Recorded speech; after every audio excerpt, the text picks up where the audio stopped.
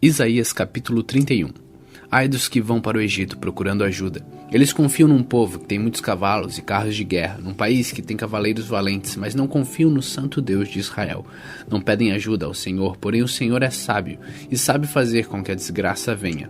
Ele sempre cumpre o que promete. Por isso ele ficará contra os que praticam mal, contra os que ajudam as pessoas perversas.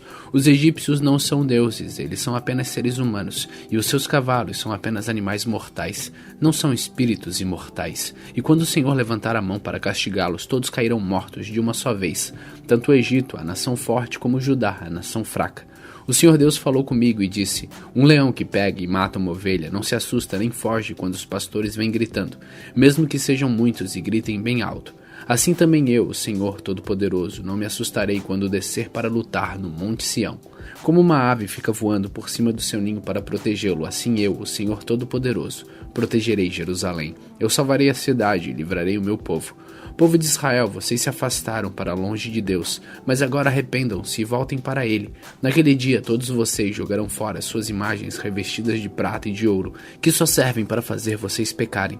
O Senhor diz: uma espada derrotará os assírios, uma espada os matará, mas não será a espada de um ser humano. Eles fugirão da batalha e os seus jovens serão feitos escravos. O rei fugirá apavorado e os oficiais cheios de medo abandonarão as suas bandeiras. Assim fala o Senhor, que em Jerusalém tem o seu altar, onde sacrifícios são queimados. Isaías capítulo 32. Virá o dia em que o rei reinará com justiça e as autoridades governarão com honestidade. Todas elas protegerão o povo, como um abrigo protege contra a tempestade e o vento. Elas serão como rios numa terra seca, como a sombra de uma grande rocha no deserto. Então todos poderão ver claramente de novo, e de novo ouvirão tudo facilmente. Serão ajuizados, entenderão as coisas e poderão falar com clareza e inteligência. Ninguém dirá que um sem-vergonha é uma pessoa de valor, nem que o malandro merece respeito. Pois o sem-vergonha diz mentiras e está sempre planejando fazer maldades. O que ele diz a respeito do Senhor é falso. Ele faz estas coisas que Deus detesta, nega comida aos que têm fome e água aos que estão com sede. O malandro faz trapaças e inventa mentiras para prejudicar a causa dos pobres, mesmo quando eles têm razão. Mas quem é direito faz planos honestos e é correto em tudo o que faz. Mulheres desocupadas, escutem o que eu vou dizer. Prestem atenção, mulheres que não se preocupam com nada.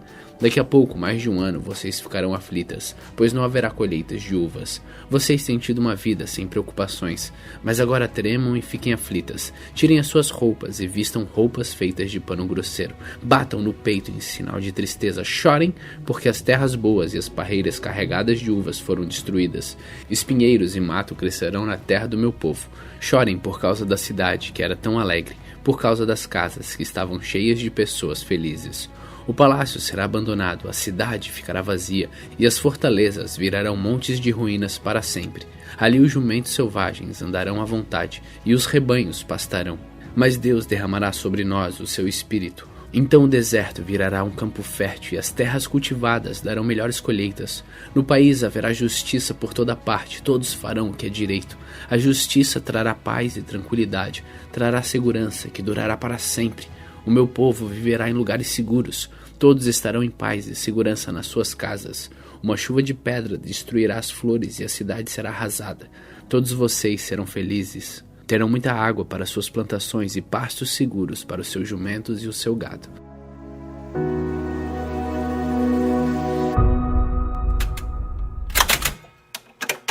Salmos capítulo 85. Ó Senhor Deus, Tu tens sido bom para a Tua terra. Fizestes com que Israel prosperaste outra vez. Perdoaste todos os pecados do Teu povo e não olhastes para as suas maldades. Acalmastes todo o Teu furor e deixaste de lado o fogo da Tua ira. Faze com que prosperemos de novo, ó Deus, nosso Salvador, e não continues aborrecido com Teu povo. Será que vais ficar irado para sempre contra nós? Será que a Tua ira nunca vai acabar? Dá-nos força novamente, e assim o Teu povo se alegrará por causa de Ti. Mostra-nos, ó Senhor Deus, o Teu amor, e dá-nos a Tua salvação. Eu escuto o que o Senhor está dizendo. Para nós, o Seu povo, para nós, os que fomos fiéis, Ele promete paz, se não voltarmos aos nossos caminhos de loucura. Na verdade, Deus está pronto para salvar os que o temem, a fim de que a Sua presença salvadora fique na nossa terra. O amor e a fidelidade se encontrarão. A justiça e a paz se abraçarão. A fidelidade das pessoas brotará da terra, e a justiça de Deus olhará lá do céu. O Senhor Deus nos dará o que é bom, e a nossa terra produzirá suas colheitas. A justiça irá diante do Senhor e preparará o caminho para ele.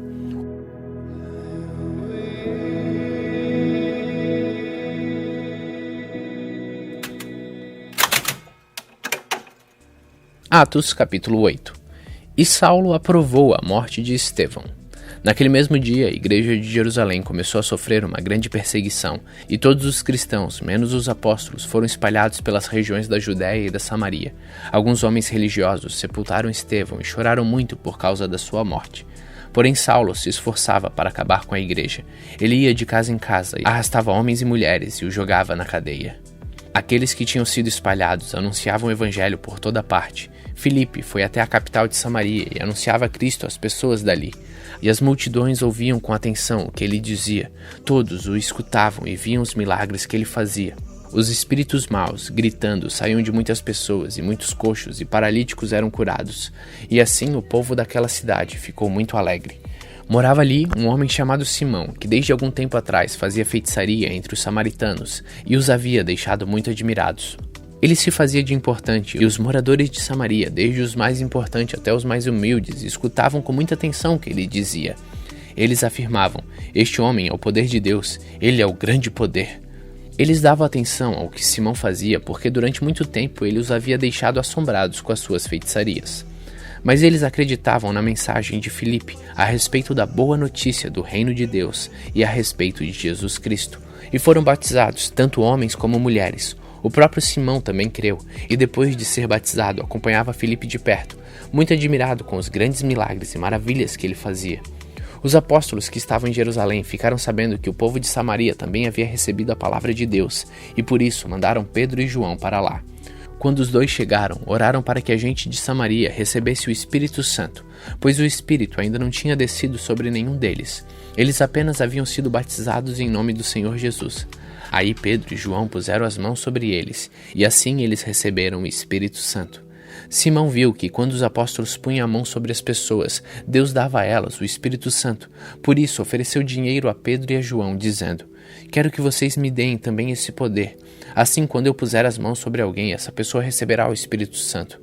Então Pedro respondeu: que Deus mande você e o seu dinheiro para o inferno. Você pensa que pode conseguir com dinheiro o dom de Deus? Você não tem o direito de tomar parte do nosso trabalho porque o seu coração não é honesto diante de Deus. Arrependa-se, deixe o seu plano perverso e peça ao Senhor que o perdoe por essa má intenção. Vejo que você está cheio de inveja, uma inveja amarga como fel, e vejo também que você está preso pelo pecado. Aí Simão disse a Pedro e a João: por favor, peçam ao Senhor por mim, para que não aconteça comigo nada do que vocês disseram. Depois de terem dado seu testemunho e terem pregado a palavra do Senhor, Pedro e João voltaram para Jerusalém. No caminho, eles espalhavam o evangelho em muitos povoados da Samaria.